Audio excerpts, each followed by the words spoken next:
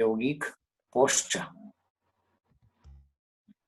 Right? So it was represented in a yogic posture, and therefore, yogic posture surrounded by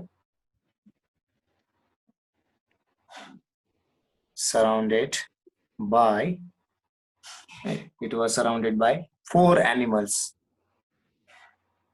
So what were these four animals? Right. So elephant, tiger,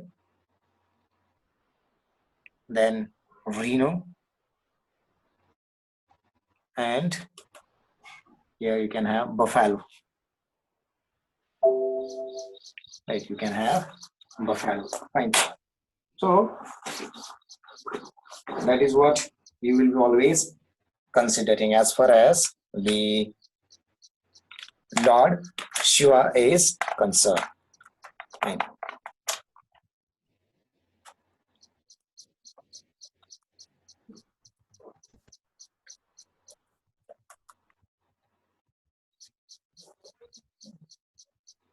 Fine. So, and therefore, here you can have, surrounded by four animals, that is elephant, tiger, rhino, buffalo, and there were two deers appear at his feet, right? And two deer at feet. So altogether you can consider 6, right? So number of 6 animals, right? So 5 types of animals you can consider, right, appear at his feet. So therefore you can always consider the Shiv Shakti worship. Therefore Shiva Shakti worship, which was termed as the oldest form of worship. Oldest form of worship, right, in India. So this appears to have been a part of religious belief of Harappan people. Fine. And so this is the case. Now the remains and relics also reveal that Julatry, right, that is nothing but the animal worship, and tree worship was also done, right, by the Harappan people. So Harappan people were not only doing the Shiv Shakti worship, but they were always having Julatry. So Julatry stands for the worship of animals as well as trees, right? So especially the people tree you can consider, right, were worshipped in those days, right? So also worshipped, right? So they also worshipped Julatry. Purposefully I'm writing this word, right? So Julatry. What is Julatry? Julatry is nothing but the worship of animals and trees. Okay. So particularly here you can consider a tree of people, right? Tree of people, that is Julatry. So this is the case you can always consider again. Now there is the evidence of pictographic script which was found mainly on the seals, right? So whatever may be the seals they were using. So this script has not been deciphered, right, so far, but overlap of letters on some of other what you can say potsherds, right, show that the writing was about the Bostrophaedon. So Bostrophaedon is a terminology which is used for a writing in terms of writing which always starts from right and it goes to the left. So right to left and again from left to right, right? Nagmudi. So what karte right bazuna, it ends to left, and then for next line it will start at left and it will end at the right, right? So that is called the Bostrophaedon, Fine. So whatever may be so the evidences of pictographic script were found, but which is not deciphered. त्याला code करू शकलो नाही. That would be the case. And such kind of Bostrophedan writing is always referred as the Proto-Dravidian. So Dravidians were writing such kind of writing, right? So you can always consider, right?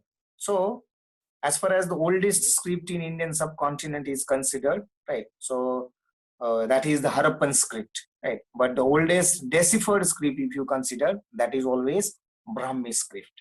Though the Harappan script was oldest, but it was not deciphered, right?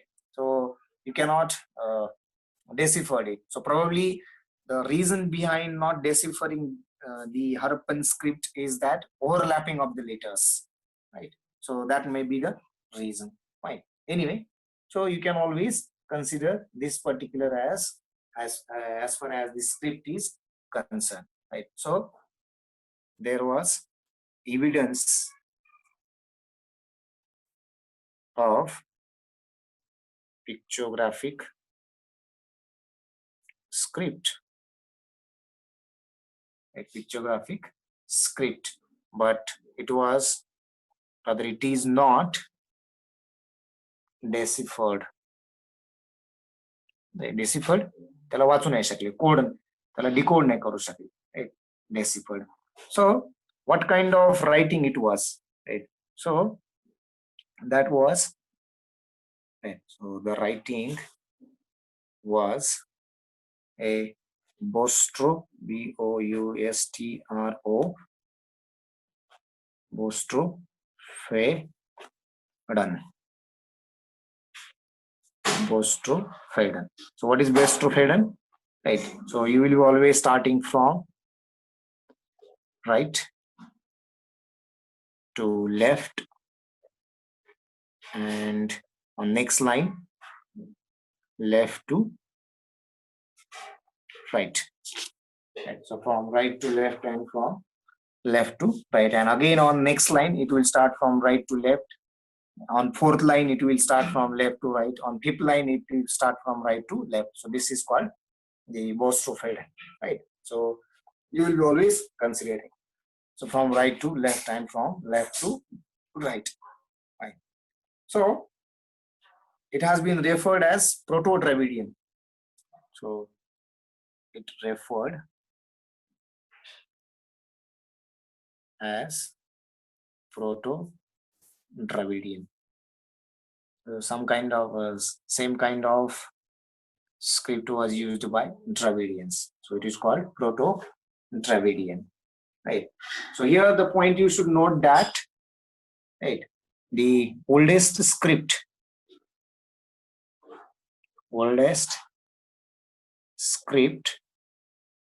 is the Harappan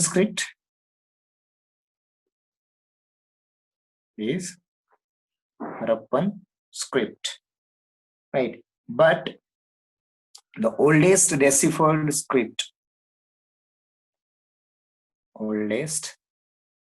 सगळ्यात जुनी जी वाचता आली, deciphered,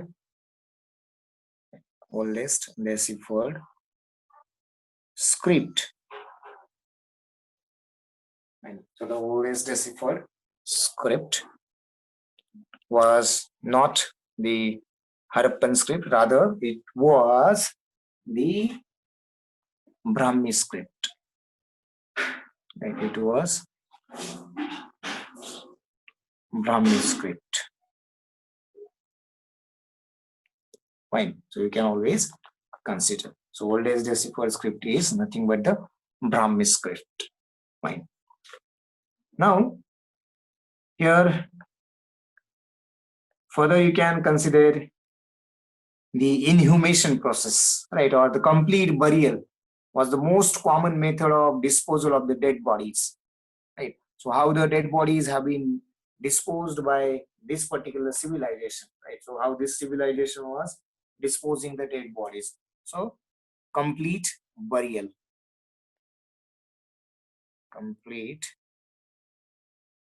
process, right? So burial process was common. common. So method of disposal of the dead bodies. Then the origin of the swastik symbol was traced, right? So to the Indus civilization, right? So when the swastik must have origined, right? So it goes to the Indus civilization, right? So in this civilization, origin of swastik symbol. Swastik symbol. Fine. So this is the case you can always consider in mind. Now, then how the civilization, Indus civilization declined, right? So how the Indus civilization declined. So there was a thought that the Indra, so Indra is accused of causing decline of the Indus civilization, right? So Rigveda speaks of a battle at the place named Haryampia, which has been identified with Harappa. So the majority of the scholars always believe that the makers of this civilization were Dravidian, right? So this is the case you can always consider. Now, what was the contemporary? Yes, what was the contemporary civilizations of the Harappan civilization or Indus civilization, right? So other countries or the contemporary civilizations of Harappan civilization were Mesopotamia, right, Egypt and China. So there were civilizations in Mesopotamia, Egypt and China, right, which you can always consider as the as the contemporary civilizations, right? So done.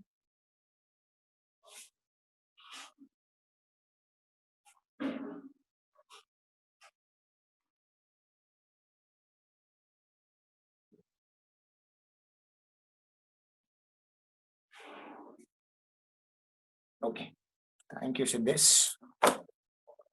So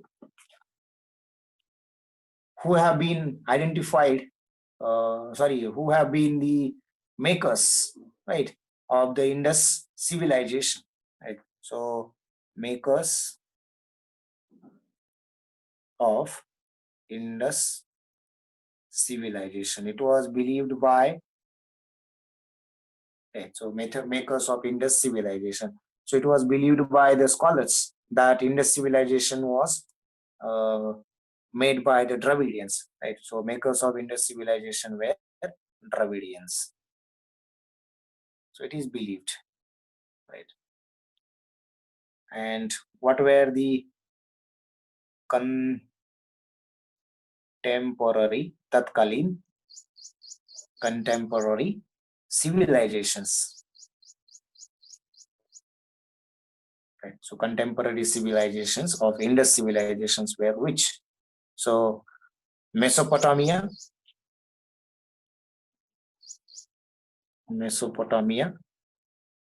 then Egypt,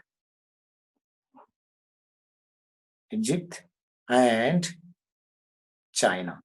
So these were the contemporary civilizations of the Indus civilization. And obviously the next question comes in, then how Indus civilization have declined, right? So for that purpose, you can always consider the decline of the Indus civilization, and for that purpose you can consider, right, a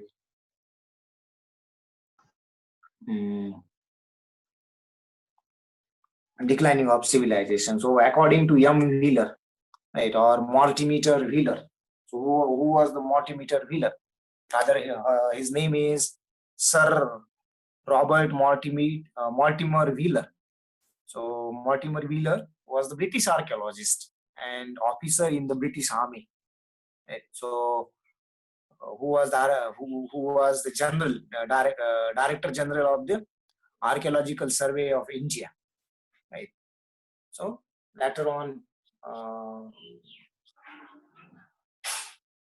who had said that Indra is accused of causing the decline of the Indus civilization, right? So इंद्राला दोषी धरलेलं आहे की इंद्रानं ते नष्ट कसं झालं तर इंद्रानं नष्ट केलं, right? So that will be the case, right? So it is a statement of Yam Wheeler, right? You can always consider. So Indra is accused of causing. Indra is accused of causing the decline of Indus civilization. Indus civilization. Who says it? Yam Wheeler says it. Right. So who was Yam Wheeler? Archaeologist. Right. Rather, Director General, right, of Archaeological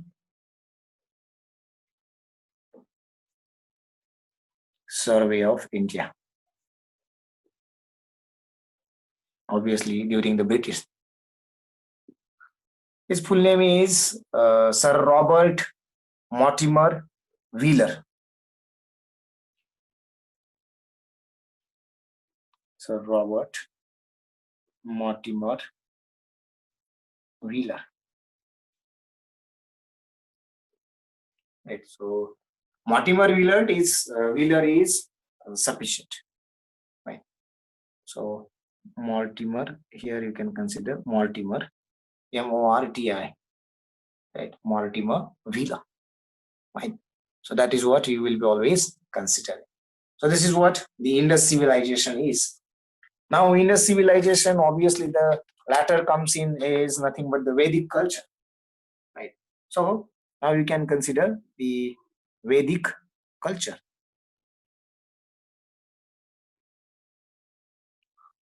Next one is Vedic culture. So what was the period of Vedic culture? Right. So Indus civilization was up to 1750. So 2500 BC to 1750 you can consider. So Vedic culture must have started right around that one. So its period is considered from 1500 BC to 600 BC. 1500 BC to 600 BC. So how the Vedic culture have origined? So obviously it is nothing but the origin home of the Aryan, right? So Aryans have been originated. That would be the very first case as far as the Vedic culture is concerned. So the location of the original home of the Aryans is still a controversial point, right? So it remained a controversial point, but there are again some beliefs. So some scholars believe that the Aryans were native of this particular soil, right? That is soil of India. Some scholars believe that the Aryans were migrated from outside, right? So that is the outside means from the Central Asia, right? Some said that they have migrated from Europe, right? Someone said that they have migrated from Arctic region, right? So these are the different views or the opinions you can always consider. But according to the popular belief, the Aryans were supposed to have migrated from Central Asia into Indian subcontinent, right? Or in several stages, right? During several waves. एकदा सगळे Aryans आले का नाही. सो पहिले थोडे जा, वातावरण बघा, एखादा परत या, आम्हाला सांगा, आणि मग आपण परत जाऊ. Right. So likewise, they have different waves, right? So obviously during 2000 to BC to 1500 BC, so during these 500 years, they must have reached right to the different states of the India. You can consider, right? So there was an inscription, right? Name of that inscription is Bogas Kai inscription. Bogas Kai inscription. So this Bogatskai, according to Bogatskai inscription, right, which always mentioned that there were the 4 Vedic gods called Indra, Varun, Mitra, and Natyas, Nasatyas. So this proves that the Central Asian theory as their homeland. Right. So according to this, right, the Aryans were belonging to the Central Asia. So it is considered that the Central Asia is their homeland. Right. So the group that have come to India first must have settled in the present of the frontier provinces, right? Particularly in the Punjab, and then they might have called Sapta Sindhu, right? So because it is nothing but the region of 7 rivers, so they lived there for many centuries, and later on they must have gradually pushed into other parts of the India, where particularly to the valleys of Gangas or Yamuna, right? Or basically both Ganga and Yamuna. So valley of Ganga and Yamuna, and therefore after considering the origin of the Aryans or their migration, right, or uh, all these basic things, then Vedic literature gets started, right, or Vedic culture. The starting of the Vedic culture is there, and which is having a time period from 1500 BC to 1600 BC, right? So origin of origin of home of Aryan, right? So basically from where they were, right? So though it was a controversial, but you can consider. Uh, so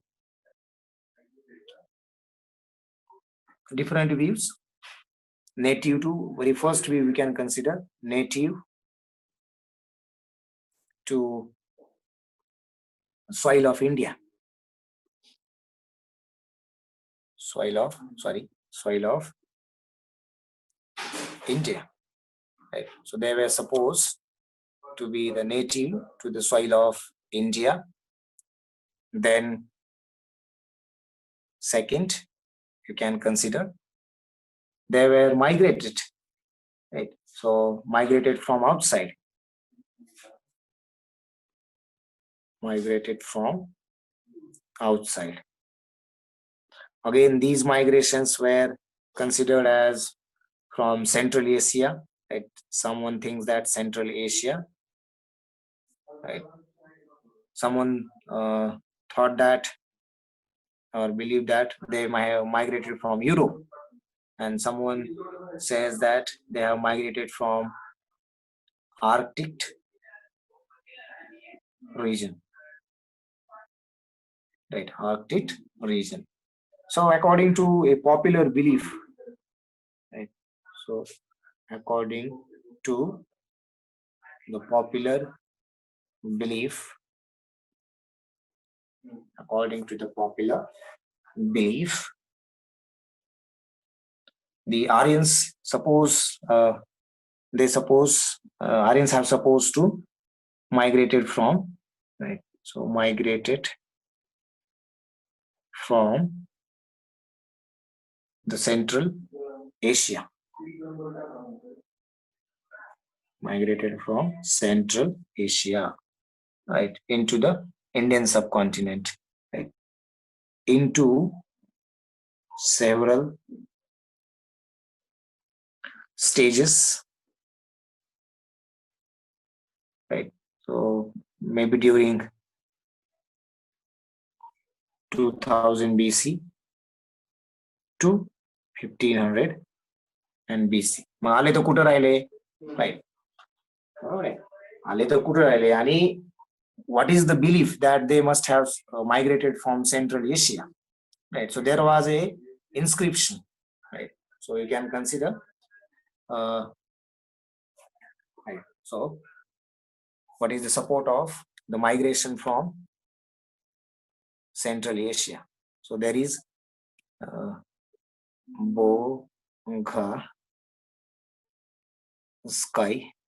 Bogaskai inscription. Bogaskai inscription, right? So it mentions 4 Vedic gods, right? So this proves the Central Asian theory, right? So mentions 4 Vedic gods. So what these 4 Vedic gods? Indra, right? Varun, Mitra, and the last one is Nasatyas, right? So this proved, right? So proves Central Asia theory of homeland. Theory of homeland, right? According to this, and therefore it is believed that they must have migrated from the Central Asia. मग आले तो कुठं राहिले, right? Then, right? So the groups which had come to India must have settled, right, in the province, right, of Punjab, right, in the Punjab, and then they must have called it as, right, that particular region must have called as, by them called as Sapta Sindhu, because you will be coming across Sapta Sindhu, right? So you will be always finding out all these names, right? The names, the Vedic names of these 7 rivers and today's names, right? So don't worry about this one. So they must have called it as Sapta Sindhu, and that is nothing but the region of the 7 rivers, and they lived there for so many centuries, and obviously gradually they must have pushed to, so called as Sapta Sindhu, lived there, it lived there for centuries, and then later on, gradually, they must have pushed, right, gradually pushed into the valleys of Ganga, that is called Ganges and Narmada. Sorry, not Narmada, Yamuna. Yamuna. Fine. So Ganga and Yamuna. So valley of Ganga and Yamuna you can consider. Fine. If someone wants, you can. So this is what you will be always considering about the migration, right? It is believed that from Central Asia. Fine. So what this particular literature tells, right? So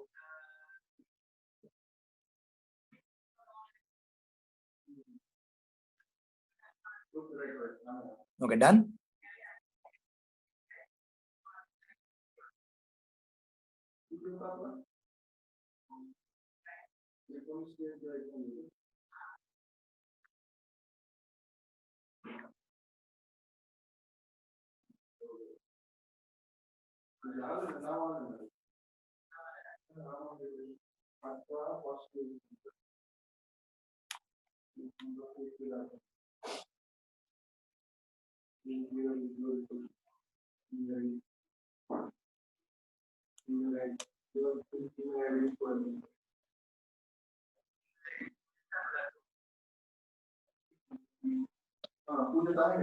Is it done?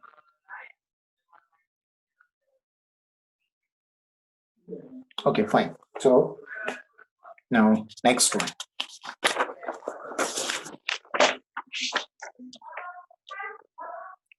So what audience must have done here, right? So obviously, right, socially they have lived, right? Literally they must have written something, and therefore which we can consider the Vedic literature, right? So the thens period we can the literature during that period we can consider as Vedic literature, right? So what it is, right? So the point you can consider is the Vedic literature. So its duration you can consider same from 1500 BC to 600 BC. Right. So it is presumed that the Rig Veda was composed while Aryans were living in the Punjab, and if it is written right when they were at the Punjab, right, then this particular Vedic literature, which comprises of 4 literary productions, don't worry, it will get clear. Right. So Vedic literature comprises of 4 literary productions. So what were these 4 literary productions? First is Samhita, right? Second is the Brahmanas, third is the Aryankas, and fourth one is the Upanishads, right? So keep in mind, so 4 Vedic literatures, right? Or the Vedic literature comprises of 4 literary productions. So what were these 4 productions, right? First is the Vedas, right? The Vedas, then the Brahmanas, the Aryankas, and then the Upanishads. So these were the 4 literary productions which we can consider as the Vedic literature. Right? So the Vedic literature had grown up in course of time and was really handed down from generation to generation by the word of mouth. Hence, these are called Shruti. Right? फक्त ऐकून शिकायचं. So whatever may be these Vedic literatures you can consider, right? So these were taught by the these were taught to generation by word of mouth, right? So therefore they are also called as Shruti, right? Just by hearing it, fine. So that would be the case. So the most important of Vedic literatures you can consider are the Vedas, right? So therefore the Vedas are called uh, mm, or Vedas were considered as not created by man but by God gifted, and therefore you can consider there it has another name called Apar Shaya, right? Apar Shaya, fine. So that would begin, and uh, Nitya, that means existing in all in eternity, right? So Vedas created by God and existing in all eternity, right? So this is the important, right, or the most important Vedic literature we can consider is Vedas, right? So this will be the case. And then further, if you consider, so what these were, so there are 4 different Vedas: Rig Veda, Yajur Veda, Ayurveda, Samveda, and Atharvaveda, right? So Rig Veda, Yajur Veda, Samveda, and Atharvaveda. So the first 3 Vedas are jointly called as Veda Trayi, right? That is trio of Veda.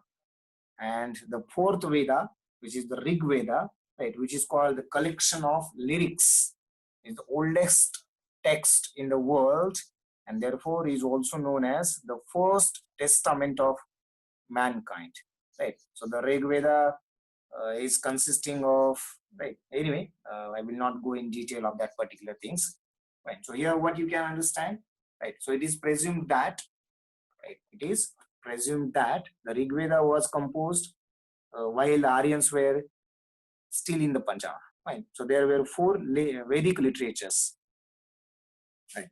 4 Vedic literatures, fine, which we can consider or the literary productions. So there were the Vedas. It is also called as the Samhitas, right? Samhitas.